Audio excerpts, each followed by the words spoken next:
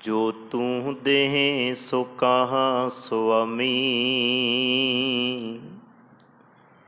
ਮੈਂ ਮੂਰਖ ਕਹਿਣ ਨਾ ਜਾਈ।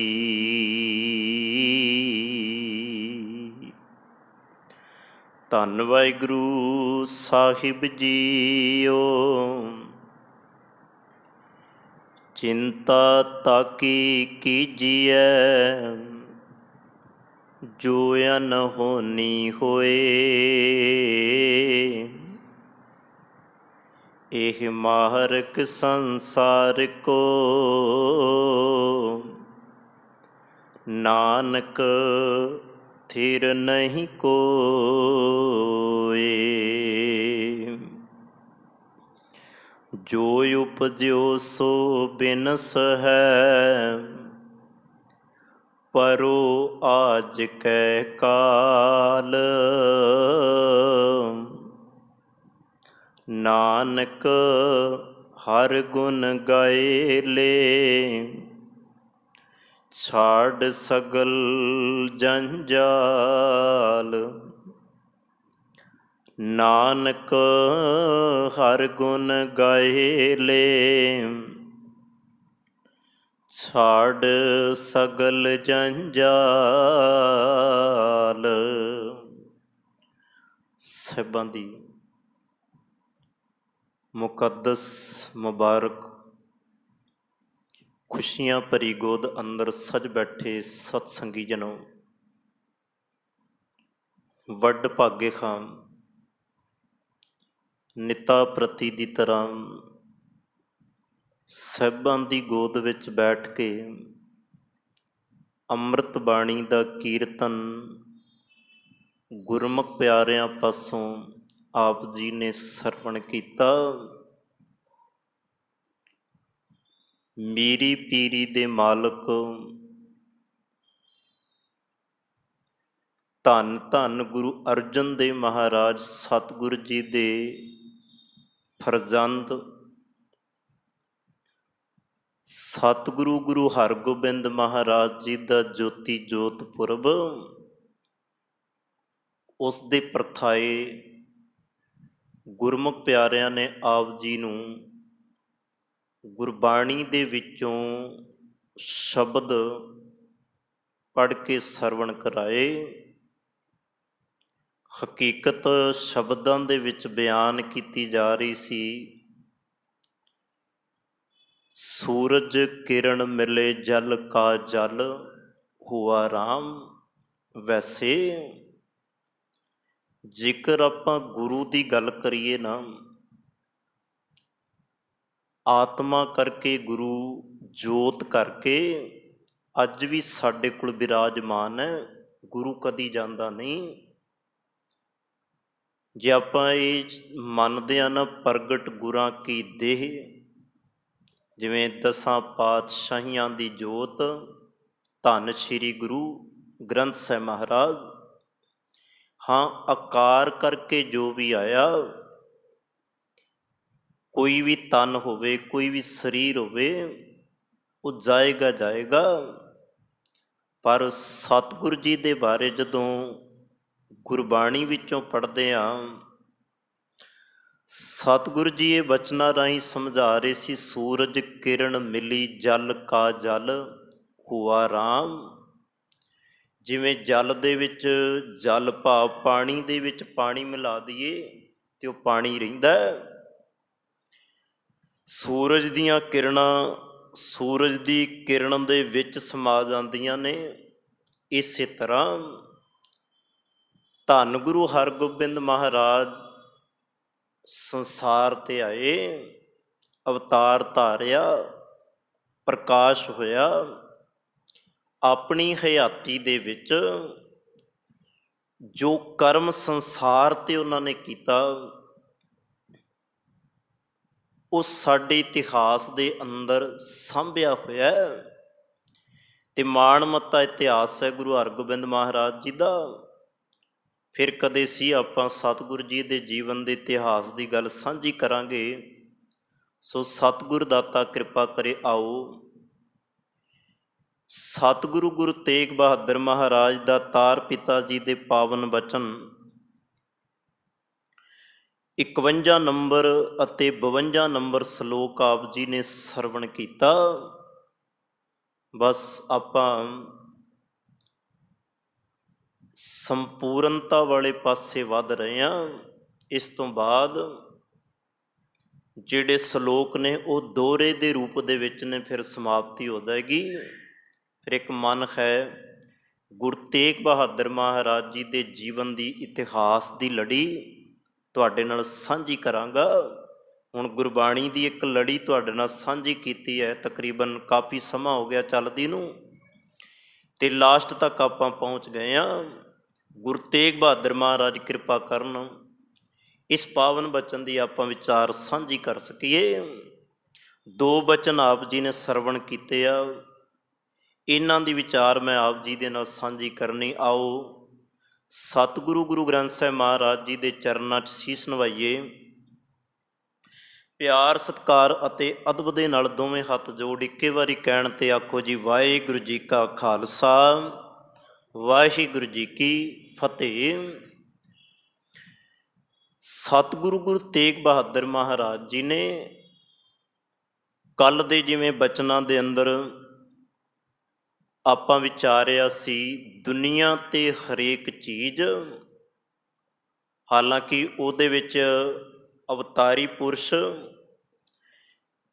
ਤੇ ਜਿਨ੍ਹਾਂ ਨੂੰ ਸੰਸਾਰ ਦੈਂਤ ਮੰਨਦਾ, ਰਾਵਣ ਵਰਗਿਆਂ ਨੂੰ, ਸਤਿਗੁਰੂ ਗੁਰੂ ਤੇਗ ਬਹਾਦਰ ਮਹਾਰਾਜ ਕਹਿੰਦੇ ਕਿ ਵੀ ਵੇਖ ਇਹ ਸੰਸਾਰ ਤੇ ਰਹਿਣ ਵਾਲੇ ਮਨੁੱਖ ਨਾ ਤੇ ਇੱਥੇ ਸ਼੍ਰੀ ਰਾਮ ਵਰਗੇ ਰਹੇ ਤੇ ਨਾ ਹੀ ਇੱਥੇ ਰਾਵਣ ਵਰਗੇ ਰਹੇ। ਰਾਮ ਗਇਓ ਰਾਵਣ ਗਇਓ। ਅੱਗੇ ਸਤਿਗੁਰੂ ਜੀ ਨੇ ਕਿਰਪਾ ਕੀਤੀ ਸੀ, ਜਾਕੋ ਬਹੁ ਪਰਿਵਾਰ, ਕੱਲ ਵੀ ਸਾਂਝਾ ਕੀਤਾ ਸੀ, 1 ਲੱਖ ਪੂਤ 1.25 ਲੱਖ ਨਾਤੀ ਤੇ ਰਾਵਣ ਘਰ ਦੀਆ ਨਾ ਬਾਤੀ, ਕੁਝ ਵੀ ਨਹੀਂ ਰਿਹਾ, ਪਰਿਵਾਰਾਂ ਦੇ ਪਰਿਵਾਰ ਖਤਮ ਹੋ ਗਏ। ਅੱਗੇ ਸਤਿਗੁਰੂ ਗੁਰੂ ਤੇਗ ਬਹਾਦਰ ਮਹਾਰਾਜ ਜੀ ਕਹਿੰਦੇ ਸਨ, ਕਹੋ ਨਾਨਕ ਥਿਰ ਕਛ ਨਹੀਂ, ਥਿਰ ਕੁਝ ਵੀ ਨਹੀਂ ਹੈ। ਜੋ ਕੁਝ ਦਿਸਦਾ ਹੈ ਜਾਂ ਜੋ ਕੁਝ ਵੇਖ ਰਹੇ ਹਾਂ ਸਭ ਚਲਾਏਮਾਨ ਹੈ।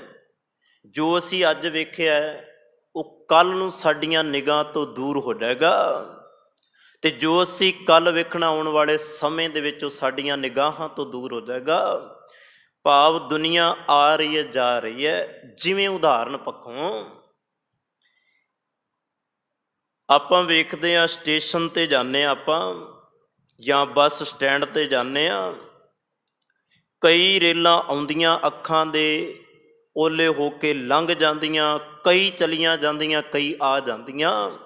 ਬਸ ਇਸੇ ਤਰ੍ਹਾਂ ਸੰਸਾਰ ਇੱਕ ਜੰਕਸ਼ਨ ਹੈ, ਜਿੱਥੇ ਬੰਦਾ ਆਇਆ, ਵੇਂਦੇ ਵੇਂਦੇ ਉਹ ਅੱਖਾਂ ਦੇ ਸਾਹਮਣੇ ਫਨਾ ਹੋ ਜਾਂਦਾ ਹੈ, ਚਲਾ ਜਾਂਦਾ ਹੈ। ਕਹੋ ਨਾਨਕ ਥਿਰ ਕਛ ਨਹੀਂ, ਸੁਪਨੇ ਜਿਉਂ ਸੰਸਾਰ, ਇੱਕ ਸੁਪਨੇ ਦੀ ਦੁਨੀਆ, ਸੁਪਨੇ ਦੀ ਤਰ੍ਹਾਂ ਹੀ ਫਨਾ ਹੋ ਜਾਏਗੀ। ਜਿਵੇਂ ਪਿੱਛੇ ਆਪਾਂ ਇੱਕ ਬਚਨ ਵਿਚਾਰਿਆ ਸੀ, ਜੈਸੇ ਜਲ ਤੇ ਬੁੱਧ ਬੁੱਧਾ। ਜਿਵੇਂ ਨਾ ਪਾਣੀ ਦੇ ਵਿੱਚ ਇੱਕ ਬੁੱਧ ਬੁੱਧਾ ਹੁੰਦਾ, ਜਿਹਨੂੰ ਆਪਾਂ ਆਪਣੀ ਭਾਸ਼ਾ ਦੇ ਵਿੱਚ ਕਹਿੰਦੇ ਹਾਂ ਬੁਲਬੁਲਾ। ਪਾਣੀ ਬਾਰਿਸ਼ ਪੈਂਦੀ ਸੀ ਵਿਹੜੇ ਦੇ ਵਿੱਚ, ਤੇ ਪਾਣੀ ਦੇ ਵਿੱਚ ਇੱਕ ਬੁਲਬੁਲੇ ਉੱਠਿਆ ਕਰਦੇ ਸਨ। ਉਹਨਾਂ ਬੁਲਬੁਲਿਆਂ ਦਾ ਕੀ ਰੂਪ ਸੀ, ਕੀ ਆਕਾਰ ਸੀ? ਆਪਣਾ ਕੋਈ ਉਹਨਾਂ ਦਾ ਵਜੂਦ ਨਹੀਂ ਸੀ।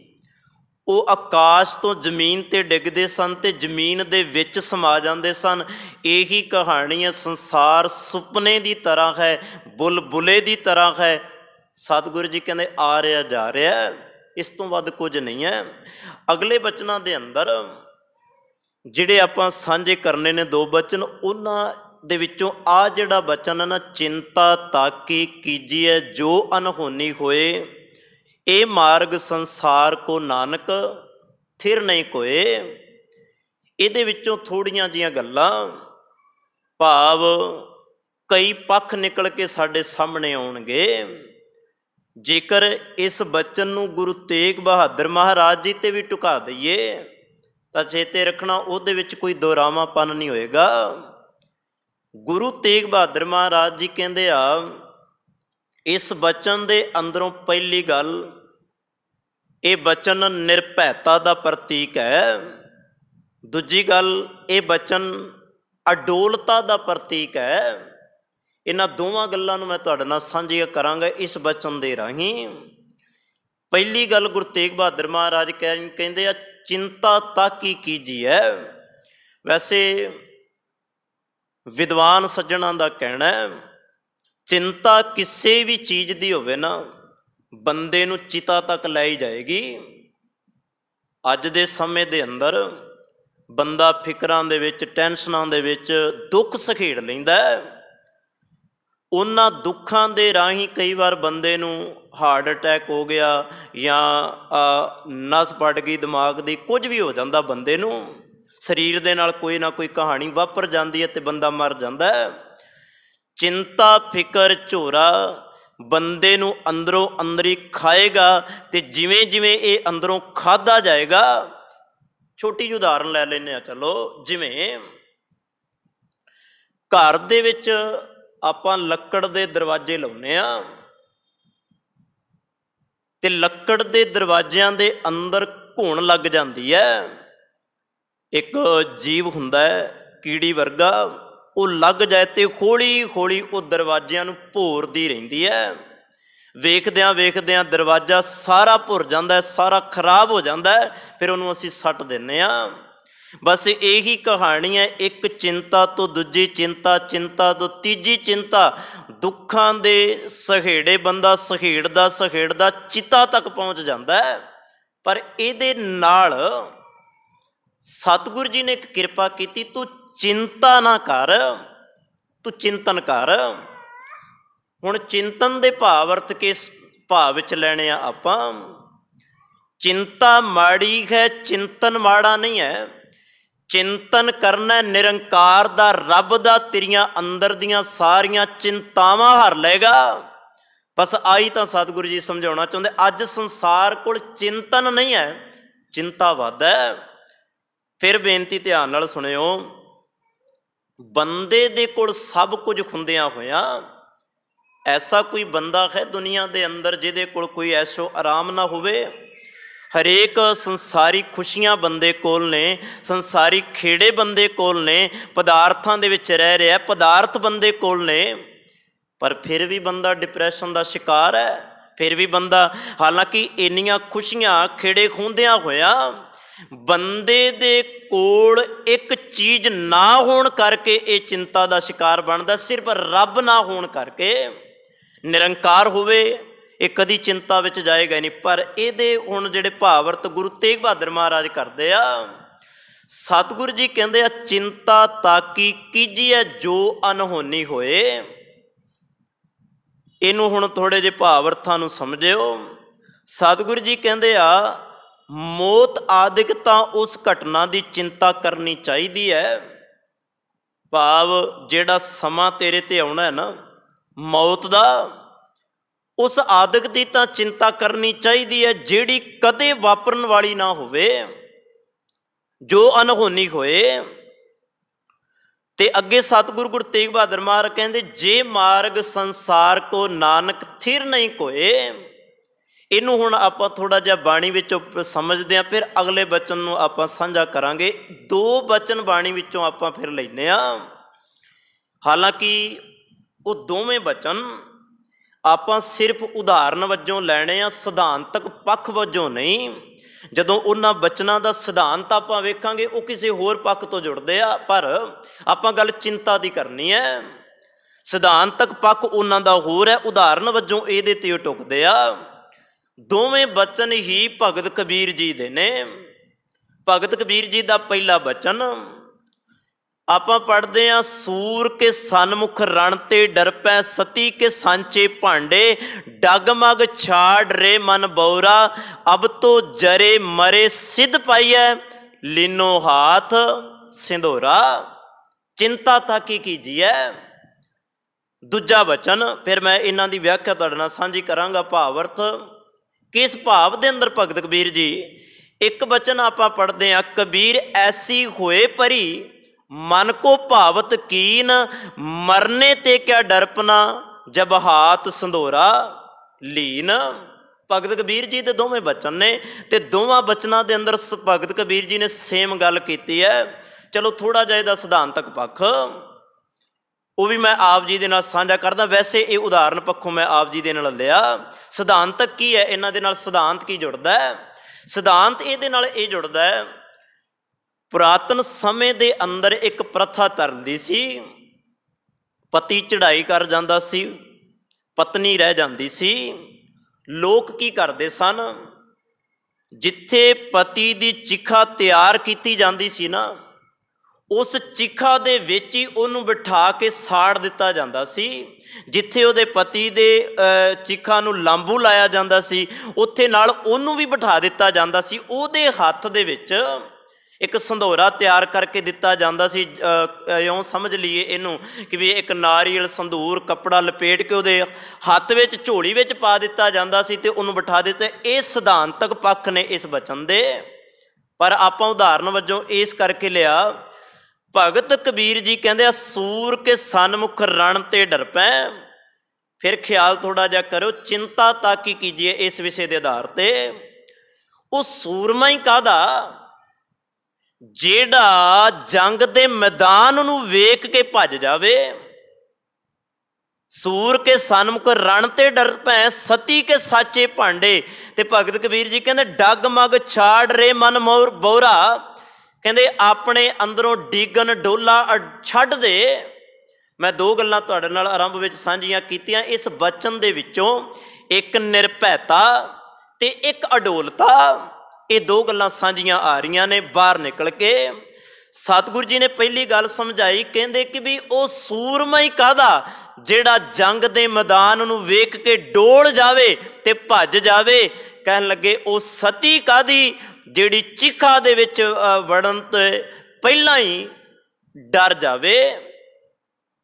पुरातन समय के सिद्धांत के पक्ष के अनुसार गल कर रहे, कहते कि भी वो कादे सूरमे। अगे भगत कबीर जी कहते डगमग छाड़ रे मन बौरा। हे मेरिया मना डोलना छड्ड दे। जिदन तू डोलना छड्ड देगा चेते रखी जो अनहोनी वापरेगी ओदा फिकर तेनू नहीं होएगा। अगली गल डगमग छाड़ रे मन बौरा, अब तो जरे मरे सिद्ध भाई है। हुण तां मरना कबूल कर लिया है। हुण तां हथ दे कह लो कि भी एक बचन आपां पढ़दे कि भी मौत दा कफन सिर ते बन लिया ते हुण चिंता कादी है। हुण तां मौत सामने है, मौत नूं तू जफ्फा पा लैणा, मौत ने तेनू पा लैणा। हुण किसी गल की चिंता नहीं, चिंता ताकि कीजिए जो अनहोनी होए। भगत कबीर जी कहते डगमग छाड़ रे मन बौरा, अब तो जरे मरे सिद्ध पाई है लीनो हाथ संधोरा। अगला बचन कबीर ऐसी जिहड़ा आप जी दे नाल बचन साझा कीता, मन को भावत कीन मरने ते क्या डरपना। हुण मरण तो की डरना जदों हत्थ दे विच संधोरा लै लिया। फिर सतगुरु जी की बाणी विचों एक बचन आपां पढ़दे हां, वो भी शायद जेकर मैं भुलदा ना होवां ते भगत कबीर जी का पावन बचन है। मरण दे विचों भी चिंता ताकि कीजिए। मरण दे विचों भी कोई आनंद लभदा होवे ते भगत कबीर जी वर्गे गल करदे आ। भगत कबीर जी कहते हुण तक तां बंदा डोलदा रहा मौत तो, भजदा रहा मौत तो। ये हर वेले हर पक्ष तो कोई भी गल वो सुनना नहीं चाहता मौत की। पर भगत कबीर जी कहते संसार दे लोगों, कबीर मरने ही ते पाई है, ऐसी मरनी जो मरै बहुर ना मरना होए। भगत कबीर जी कहते आ जिहड़ी मरनी है ना, जिहदे विच अडोलता खत्म हो जाए, जिहदे विच निर्भयता होवे ते अडोलता अंदर होवे, डिगन डोला ना होवे। कबीर ऐसी मरनी जो मरै बहुर ना मरना होए। ऐसी मरनी तो भाव इसे मरनी नूं भगत कबीर जी कहते आ, मरने ही ते पाई है पूरन परमानंद। ये मरनी तो बड़ी चंगी मरनी है। गुरु तेग बहादुर महाराज थोड़ा जा उन्हां दे जीवन नूं आपां वेखीए क्योंकि ये बचन गुरु तेग बहादुर महाराज जी ते पूरा टुकदा है। उन्हां दे अंदर दी अडोलता, उन्हां दे अंदर दी निरभैता, इस बचन दे अंदरों किस तरह आपां वेखांगे। हालांकि कल भी साझा कीता सी, गुरु तेग बहादुर महाराज गल भै दी भी करदे आ, निरभैता दी भी करदे आ। ते आप जी दे नाल साझी करन लगा गल आनंदपुर साहिब दी धरती।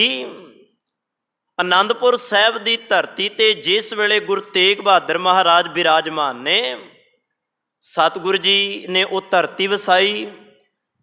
ते कुछ समय बाद ही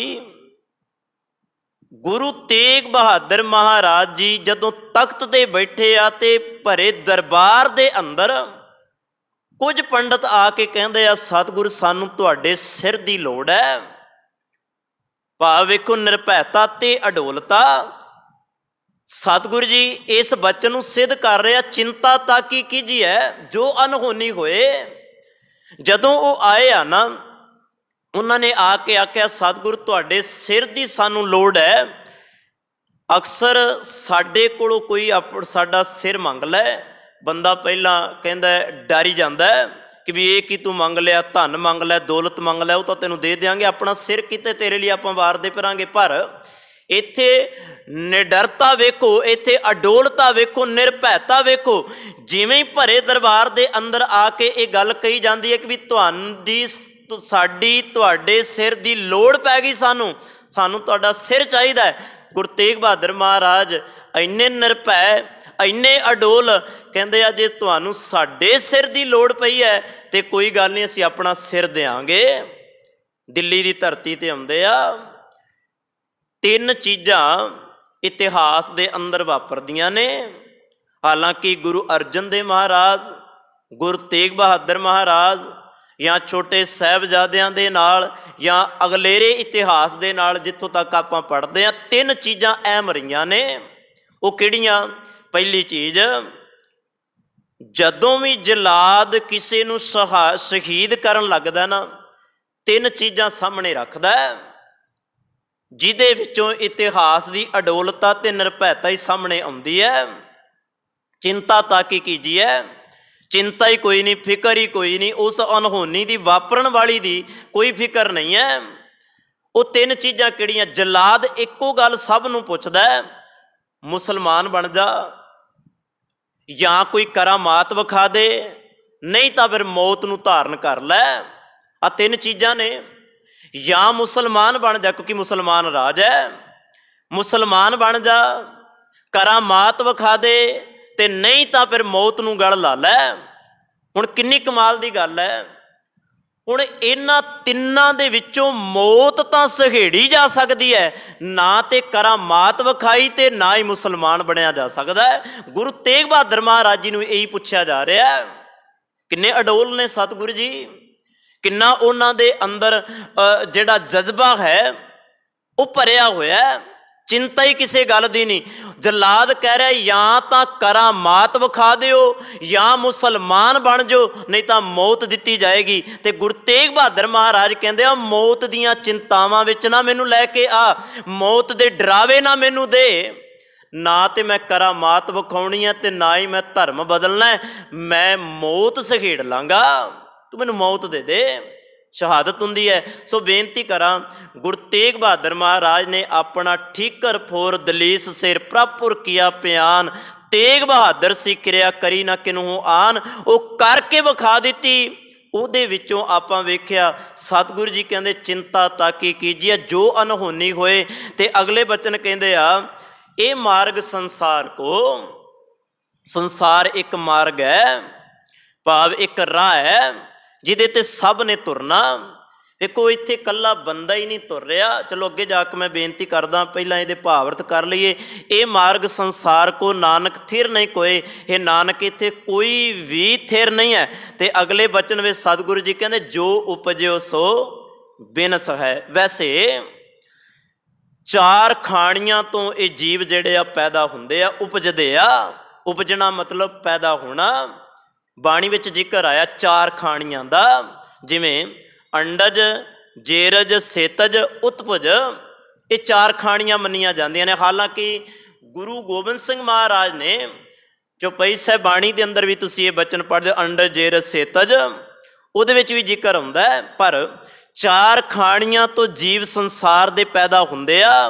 कोई अंडज तो पैदा ਹੁੰਦਾ है, कोई जेरज तो पैदा ਹੁੰਦਾ है, कोई सेतज तो, ते कोई उत्पुज तो पैदा ਹੁੰਦਾ है।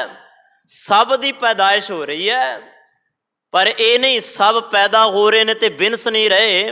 सतगुरु जी दा बचन एक भगत कबीर जी दा, उपजै बिनसै निपजै निपज समाई, नैनो देखत ये जग जाई। सतगुरु जी कहते अखां दे नाल वेखदियां भावें अंडज है, जेरज है, सेतज है, उत्पज है, इन्हां अखां दे नाल वेखदियां वेखदियां सारा कुछ ही तुरिया जा रहा है, कुछ भी तो रहन वाला नहीं है। इत्थे भी सतगुरु जी ये कह रहे जो उपजो। फिर बेनती ध्यान नाल सुनियो, कल्ला संसार दे उत्ते बंदा ही पैदा नहीं होया। जो उपजो तो भाव की है, इत्थे कल्ला बंदे नाल ना इनू जोड़ियो, मनुखता नाल ना जोड़ियो। ये बचन जल विच रहन वाला, थल विच रहन वाला, धरती ते रहन वाला, आकाश विच रहन वाला, जिथे जिथे भी कोई जीव रह रहा है, छोटा है वड्डा, कीड़ी तो लैके हाथी तक, छोटे तो वड्डा जेड़ा भी जीव पैदा होया है, गुरु तेग बहादुर महाराज कहते जो उपजो सो बिनस है, वो बिनसेगा। भाव बिनसन का अर्थ है खत्म होएगा। ते अगे गुरु तेग बहादुर महाराज कहते आ, परो आज के काल, दो शब्द सतगुरु जी ने वरत्या, एक आज ते एक काल। भाव आ वर्तमान जिहड़ा चल रहा इनू कहते आज, अज दा समा। ते काल दा अर्थ कई विद्वानां ने कल भी किया, परसों भी किया। भाव जिहड़ा वर्तमान दे अंदर वरत रहा है, भावें ये समा होवे ते भावें आउण वाला समा कल दा होवे, परो आज कै काल। सतगुरु जी कहते आउण वाला समा ते वर्तमान चल रहा समा, जीव जिहड़ा है उस बिनसन हार दे विच खलोता है। भाव मरेगा ही मरेगा, खत्म होएगा ही होएगा।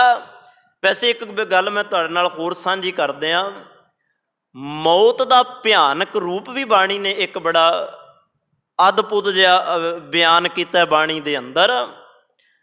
वैसे बंदे नूं तां मौत तो डर लगदा है, पर सतगुरु जी ने वो भयानक जिहा रूप एक साझा किया, डरावा नहीं। फिर मैं बेनती करा, डराया नहीं, बस जिहदे नाल वापरदी है पता उन्होंने लगता है, दूजे बंदे नूं नहीं। जिहदे नाल वापरदी है उन्होंने पता लगता है। एक बचन आपां पढ़दे आ, अद्भुत जिहा विख्यान किया सतगुरु जी ने, हथ मरोड़ै तन कपै स्याऊ हुआ खेत। हुण इहदे भावार्थ की ने भला? एक मौत का दृश्य सतगुरु जी ने सामने रखा, जो मौत होनी है तो इस तरह तेरे नाल होना है। सतगुरु जी की बाणी कहते हथ मरोड़ा, हथ मरोड़े जाणगे, हथ मरोड़ा तन कपै, तन कंबेगा, शरीर कंबेगा। स्याऊ हुआ सेत, कह लगे सब कुछ चिट्टा ही चिट्टा हो जाएगा, कुछ भी नजर नहीं आएगा। ये मौत का रूप बयान किया सतगुरु जी ने। चलो बड़े पिछे भी आप बचन विचार है ना, सिर कंपिओ पग डगमगे, ये भी एक मौत का ही दृश्य है। सरो विचार सतगुरु जी कहते हैं भाई जिदे ते मौत आई वो बिनसेगा, क्योंकि कोई इहो जिहा बंदा नहीं जिदे ते नहीं आउणी। परो आज कै कल, अज या कल, कल या अज, सब ते ये समा होएगा। काल किसे दा टलिया नहीं है ते ना ही किसे दा टलेगा। किहड़ा बंदा है जिहड़ा समय नूं रोक ले? किसे दे अंदर पावर है समय नूं रोकण दी? बंदे दे अंदर तां कदाचित नहीं हो सकदी ते ना ही ये रोक सकदा। हाँ, घड़ियां दियां सूइयां इधर उधर 5 मिनट 10 मिनट जरूर कर सकदा है, पर समय नूं थोड़ा इधर उधर बंदा कर सकदा है। सो सतगुरु जी कहंदे आ परो आज कै काल। फिर सतगुरु जी हो आ सारा कुछ हो गया जो कुछ आप विचारिया, चिंता ताकी कीजिए जो अनहोनी होए, ये भी विचार लिया। तो आप जी कह रहे हो जो उपजो सो बिनस है, परो आज कै काल। गल फिर उत्थे आके खलोगी गुरु तेग बहादुर महाराज, करिए की? समझ तो पार है, साड़ी समझ तो ते बाहर है, फिर असी की करिए? गुरु तेग बहादुर महाराज कहते नानक हर गुण गाए ले। करना पता की है? हरि दे गुणा नूं गा, रब दे परमात्मा दे निरंकार दी उस्तत कर। ਨਾਨਕ ਹਰ ਗੁਣ ਗਾਏ ਲੇ ਛਾੜ ਸਗਲ ਜੰਜਾਲ। ਸਗਲ ਜੰਜਾਲ ਕੀ ਨੇ ਹੁਣ?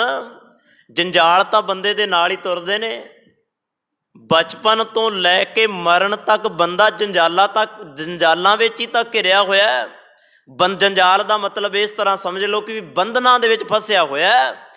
ਕਦੀ ਕਿਸੇ ਚੀਜ਼ ਦੇ ਬੰਧਨ, ਕਦੀ ਕਿਸੇ ਚੀਜ਼ ਦੇ ਬੰਧਨ।